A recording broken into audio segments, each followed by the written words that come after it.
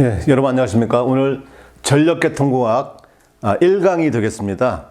내용으로 보면 1강 다시 두 번째 강의가 되겠고요. 교재로는 1장 전력계통의 개요, 2장 전력계통의 표현과 기초방정식에 관련된 문제가 되겠습니다. 먼저 1번입니다. 93회 1교시 문제였죠. 전력계통 구성요소의 표현 중 부하의 응답 모델 3가지를 설명하라. 이것은 아주 단골로 출제되는 문제다, 이렇게 이해를 하시면 된다. 제가 수업 시간에 몇 번 말씀드렸었죠. 예, 전력계통공학 1강 유튜브 영상 제작되어 있습니다. 꼭 시청해 주시기 바라겠습니다. 자, 문제 10번입니다.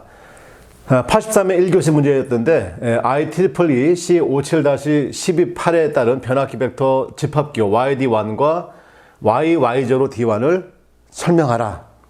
예, 이건 이제 전력계통공학 1강-1 유튜브 방송 참고하시면 되는데, 요 당시에 벡터 집합기호 YD1, 그다음에 YY0의 D1, 이 문제가 무엇을 얘기하는지를 몰랐던 분들이 상당히 많았던 문제입니다. 물론 이제 저는 그 전부터 쭉 강의를 해 왔던 내용이긴 하지만, 그래서 이번 기회에 이걸 정확하게 좀 이해를 하시는 게 필요할 것 같습니다. 자, 문제 13번 보겠습니다. 이건 예상 문제죠. 어드미턴스 행렬의 특징, 그 다음에 자기 어드미턴스, 그다음에 상호 어드미턴스를 구하는 방법에 대해서 설명하라. 지금까지는 몇 가지 모선을 주어주고 그 모선의 Y부스 행렬을 구하시오, 이렇게 해서 직접 Y부스 행렬을 구하는 이런 방법에 대한 문제가 지금까지 기출 문제였는데, 이제 이런 것들은 아주 기본적인 거죠. 어드미턴스 행렬의 특징이 무엇이고 구체적으로 어떻게 구하는 것이냐, 이런 것들은 하나씩 정의를 내려보지 않으면 풀기가 어려운 문제입니다. 그래서 이건 제가 예상 문제로 출제를 한번 해봤으니까 여러분들 꼭 숙지를 하셔야 될 겁니다. 자, 잠시 후에 문제 13번 같이 보시고 여러분들의 모범 답안도 보도록 하겠습니다.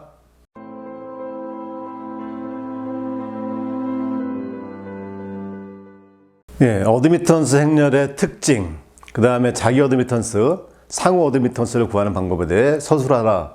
자, 지금 여기에 보이는 이 모범 답안은요, 말 그대로 모범 답안입니다. 이만큼 완벽하고 퍼펙트한 답안을 작성할 수가 없을 정도입니다. 내용을 간단히 보겠습니다. 자, 어드미턴스 행렬에 대한 정의를 먼저 간단히 하셨습니다. 자, 전력계통은 모선의 대지 어드미턴스, 선로의 직렬 어드미턴스로 쉽게 표현할 수가 있다. 어드미턴스를 행렬 표현 후에 노드 방정식, 즉 절전 방정식을 세워서 조류의 흐름을 파악할 수 있다. 그 다음에 특징은 무엇이냐? 첫 번째, Y부스 행렬은 대칭 행렬이고 요소는 복소수이다. 세 번째, Y부스 행렬은 스파스 행렬로 되어 있다. 그래서 스파스 매트릭스다, 이렇게 얘기를 해주면 더 좋겠고요. 그 다음에 이 스파스의 규모는 모선이 커지면 커질수록 스파스가 커지는데, 스파스 매트릭스가 커지는데, 이 스파스 매트릭스가 커지면서 0으로 구성되어지는 행렬의 내용이 많아진다. 이거를 이제 스파서티였다, 이렇게 얘기했었죠. 스파서티였다. 그래서 요 내용도 하나 더 넣어주면 참 좋았는데, 여지가 내용은 들어가 있습니다. 그 다음에 자기 어드미턴스, 상호 어드미턴스에 대한 설명입니다. 먼저 자기 어드미턴스죠. 자, Y부스 행렬의 대각 요소다. Y부스 행렬이 정해지면 거기에 대각 요소죠. 그래서 Y의 II 또는 Y의 JJ로 표현될 것입니다. 자, 여기는 이제 KK로 정리가 되어 있습니다. 자, 해당 모선에 직접 연결된 어드미턴스의 대수합이다. 그러면 어드미턴스라고 하는 것은 기본적으로 컨덕턴스의 서셉턴스, 이렇게 되겠죠. 그러면 컨덕턴스하고 서셉턴스에 대한 얘기이기 때문에 결국 요것에 대한 정리 내용이 되겠습니다. 그래서 모선 K에 연결된 송전선로 어드미턴스의 실수부 합계, 그 다음에 B는 어드미턴스의 허수부의 합계다. 그래서 여기에 KK, KK 이렇게 같은 숫자로 적혀져 있는 것이 중요하다, 이렇게 돼 있죠. 그래서 자기 어드미턴스에 대한 설명이 잘 되어 있고요. 그 다음에 상호 어드미턴스의 설명이죠. 자, 상호 어드미턴스는 비대각 요소죠. 대각 요소에 대칭되는, 그래서 Y의 KM 또는 Y의 MK, 그다음에 G의 KM, 또 G의 MK, 뭐 이렇게 표현이 될 수가 있습니다.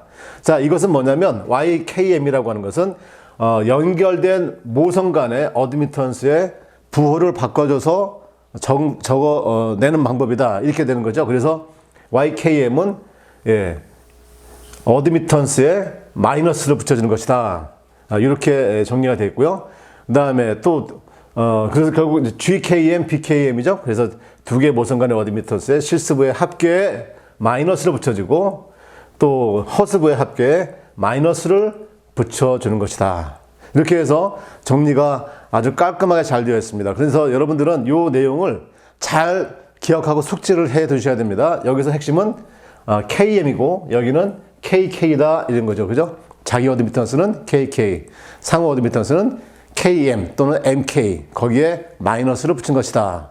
자, 이것이 오늘 어드미턴스의 특징, 그 다음에 자기 어드미턴스, 상호 어드미턴스에 대한 설명을 여러분의 답안지를 가지고 설명을 드렸습니다. 자, 잠시 후에 이번 주에 모범 답안을 한번 정리해 보도록 하겠습니다.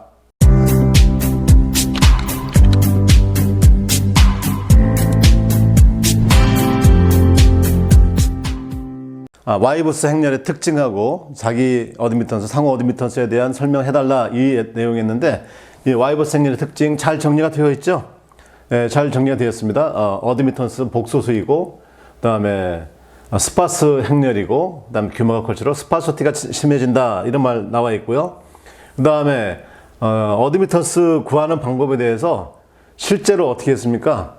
요게 모선을 그려놓고 그 다음에 어드미턴스를 실제로 구하셨습니다. 그래서 어드미턴스는 어떻게 구하느냐 보니까 자기 어드미턴스는 여기 예시에서 본 것처럼 Y의 1, 1, 2, 2, 3, 3, 4, 4 즉 I와 J가 서로 같은 것이다 이렇게 정리가 되어 있고 성전설로 어드미턴스의 대소합이다 이렇게 표현이 되어 있습니다. 그래서 얘에 대한 설명까지 잘 해주셨고요. 그 다음에 상호 어드미턴스는 Y의 1, 2, Y의 3, 1 이런 것처럼 서로 Y의 IJ, I와 J가 서로 다른 것으로 되어 있는 것이고 자기 자신과 상대방에 연결되어 있는 성전설로 어드미턴스의 음수를 취해준 것이다. 이렇게 설명이 되어 있습니다. 자, 그 다음에 요 답안은 제가 여러분들에게 별도로 추천을 드리고 싶습니다. 10점짜리는 얼마든지 이렇게 풀 수가 있습니다. 자, 여기도 역시 요거 이제 대칭 행렬, 복소수, 그 다음에 스파스 행렬 다 설명되어 있고요. 그 다음에 자기 어드미턴스, 상호 어드미턴스 구하는 방법에 대해서 절점 방정식을 갖고 오셨죠? 아주 좋은 방법입니다. 노드 방정식을 갖고 오셨습니다. 지금 노달 방정식을 갖고 와서 이 각 모선에 KCL을 적용을 해 주셨죠. 그래서 들어오는 전류는 나가는 전류 합과 같다. 그래서 요 식에 의해서 정리를 하니까 물론 이제 답안지에는 저렇게까지 식을 세우고 그다음 바로 어떻게 이렇게 와이브스 행렬을 바로 구하셔도 됩니다. 굳이 이렇게까지 뭐 정리를 안 하셔도 됩니다. 시간이 있고 그다음에 공간이 있다고 하면 뭐 적어주셔도 되는데 굳이 그렇게까지 할 필요는 없는데 여지간 아주 차관점이 제가 제일 좋아하는 스타일의 답안지 해설법입니다. 항상 예를 들 때 원안서부터 갖고 오는 거죠. 아주 잘 정리를 해 주셨고 그 다음에 이제 맨 끝에 간단하게 자기 어드미턴스 구하는 방법, 상호 어드미턴스 구하는 방법을 위에서처럼 정리를 하면 이렇게 간단하게 된다. 그래서 여기 풀어가는 과정을 중점으로 놓고 그 다음 결론은 아주 간단하게 끌어내는 이런 제가 제일 좋아하는 스타일의 답안지 작성법입니다.